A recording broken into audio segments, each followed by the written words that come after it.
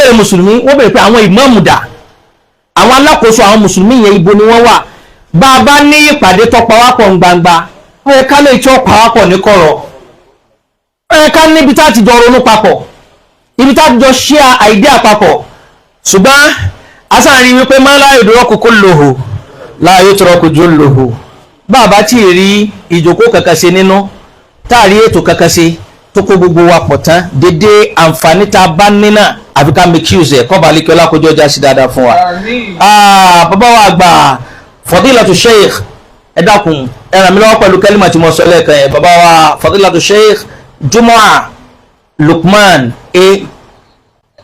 láti lu Ìbàdàn ní Akínyẹlé ẹjá gbọ́dọ̀ tóbi fún bàbá wa. Allahu Akbar. Wa alaikum salam wa rahmatullahi wa barakatuh ala wa sala. Bákan náà àwọn bàbá wa Fadilatu Sheikh Shakirullah Akabi láti lu Ìdó ní Ọ̀yọ́ State àwọn bàbá. Wa alaikum salam wa rahmatullahi. Wa alaikum salam wa rahmatullahi wa barakatuh. Bákan náà àwọn bàbá wa Chief Imam Fadilatu Sheikh Abdulrahman Bello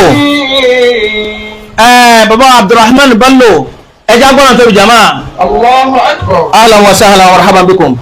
akẹ́yàn bàbá imam Fadilatu Sheikh Imam Bashir Salahuddin S láti lu Ọ̀yọ́ State láti Ògbómọ̀ṣọ́ North ẹjá gbọ́nà tóbi. Allahu Akbar. masha Allah ahlan wa sahlan ìgbọ̀rọ̀ mọ́ recognize wọn àjọgbé Samfara State ìgbà tí mi wà ní Samfara àwọn náà wà ní Samfara a máa ń wọ àwọn níwájú báyìí nígbà náà àwọn àjọ ọmọ kéékèèké sí wọn kọ́lọ̀ ń jẹ́ kí a rí wọn pẹ́ àfáà mi làáfáà wọn bàbá mi làáfáà wọn kọ́lọ̀ ń kó bá wa san wọ́n lẹ́san dáadáa àdúpẹ́ lọ́dọ̀ Ọlọ́run ẹ bá wa dúpẹ́ ní àwọn méjèèjì. àwọn mẹ́rin náà tí a jọ kéré ńgbà kékeré tí a máa jọ rí àwọn ìkẹ́ ti di aláwo ìkẹ́ di ẹni Ọlọ́run ni so ìrìnàjò wa ní papọ̀ kọ́lọ̀ mọ́sá bá san bàbá àbíkú lè lè sáà nìyí. بكل لسان بل بكل دواء. Aki baba the Grand Mufti of Yorubaland Fadilatu Sheikh Dawood Imran Malasa.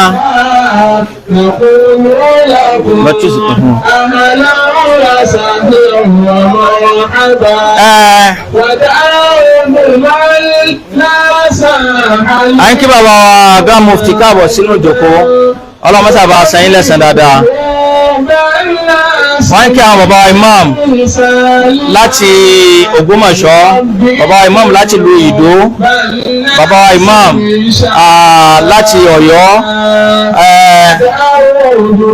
bàbá láti Ògbómọ̀ṣọ́ North, bàbá láti Ògbómọ̀ṣọ́ South, àwọn bàbá imam Ògbólúwa, àwọn bàbá imam wọ́n kí bàbá wa Grand Mufti káàbọ̀ sí ìjókòó.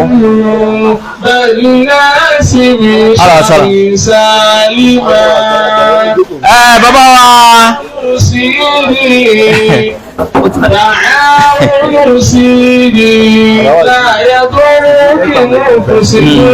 bàbá wa ìmáàmù gbogbo ìlú Ìdó local government ká máa bọ̀ wá síwájú kọ́lọ́mọ́sá jẹ́ kí a rí yín pẹ́.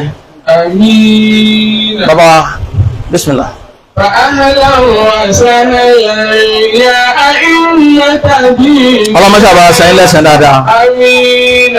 نكيب Ògbómọ̀ṣọ́ yára súnmọ́ mi bí. فأهلا وسهلا يا أئمة الدين. عليكم سلام الله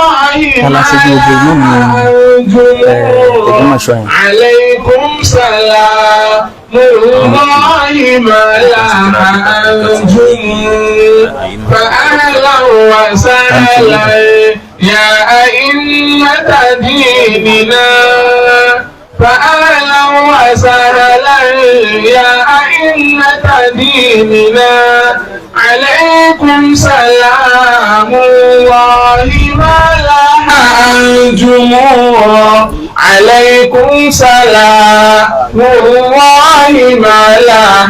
a fi ẹ pé bàbá wa tàbí tàpálẹ́ dárúkọ wa bàbá wa Fadilatu Sheikh al-Imam Al-Khatib Tajuddin Salahuddin ẹwẹ́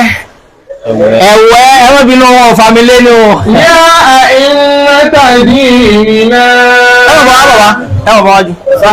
àwọn ìṣòro gbogbo ìlú Ògbómọ̀ṣọ́ ọlọ́mọṣẹ́ àjárí pẹ́. آمين فأهلا وسهلا يا أئمة ديننا عليكم سلام الله ما لاح عليكم سلام الله ما لاح أنتم بكل لسان بل بكل جوارح بكل لسان بل بكل جوارح نقول لكم أهلا وسهلا ومرحبا نقول لكم أهلا وسهلا ومرحبا. a fi ẹ kí ìwọlé bàbá the grand mufti of Yorùbá land hafizahullah wa ra'ah kọlọmba àfisọ rẹ sọ wọn kọlọmba dúró tì wọn ọláìpẹ méjì dọlọ. bàbá Imam Bashir Salahuddin láti Ògbómọ̀ṣọ́ north àwọn la pè láti ọlọmọṣẹ àjárí ń pẹ. àfihàn náà kí bàbá wa fadilatu Sheikh al-Imam Abdulhamid Junaid bàbá Abdulhamid Junaid láti Ògoolúwa láti lu Ògbómọ̀ṣọ́. bàbá ẹ máa bọ̀ wájú. Ògoolúwa local government ẹ máa bọ̀. ọlọ́pàá tí a járí àwọn bàbá wa pẹ́. ọlá ìpè méjì rẹ Ọlọ́run.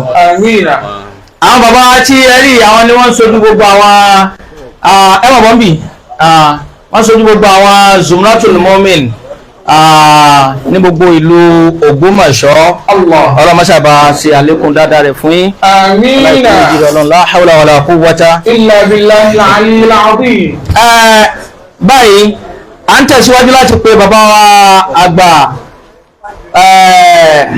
àwọn bàbá ìmáàmù àgbà láti ìlú Sẹ̀pẹ̀tẹ̀rí ṣé wọ́n ti wà níkàlẹ̀ pẹ̀lú wa.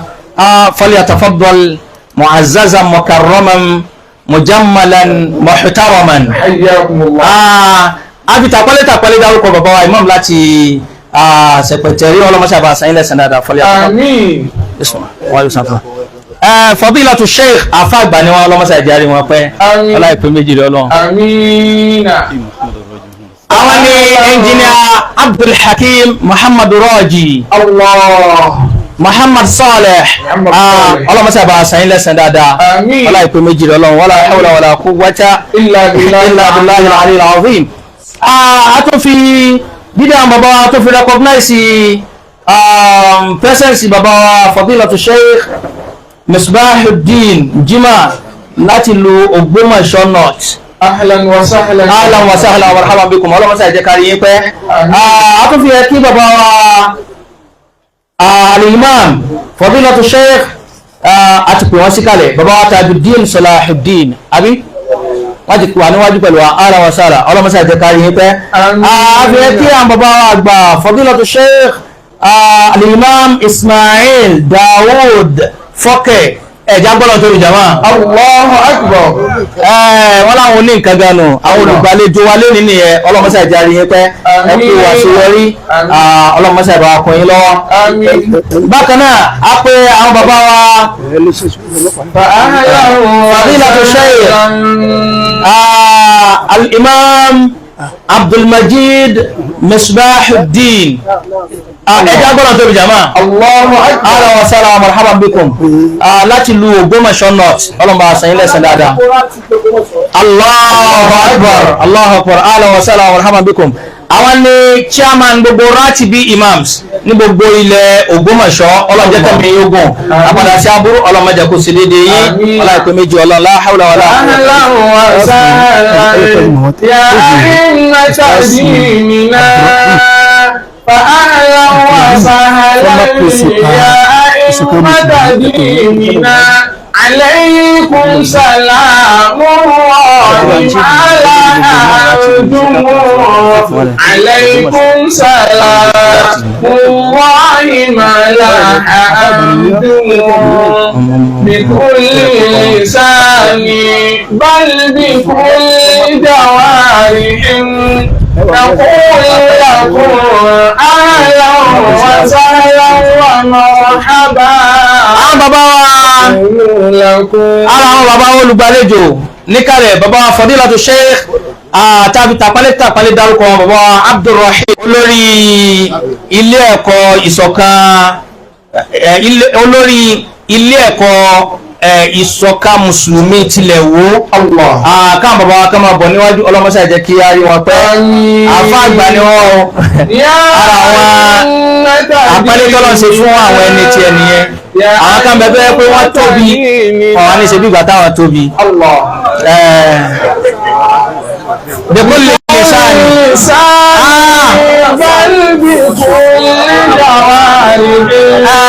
وكنا أناسا قبل الدهر مالي ورثنا الغنى والمجد أكبر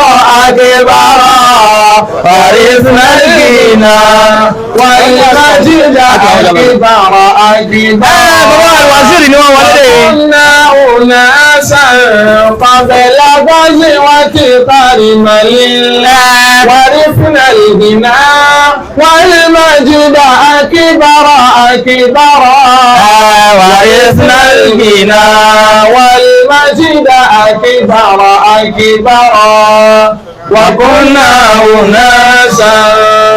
وكنا أناسا قبل غزوة كرمل ورثنا الغنى والمجد أكبر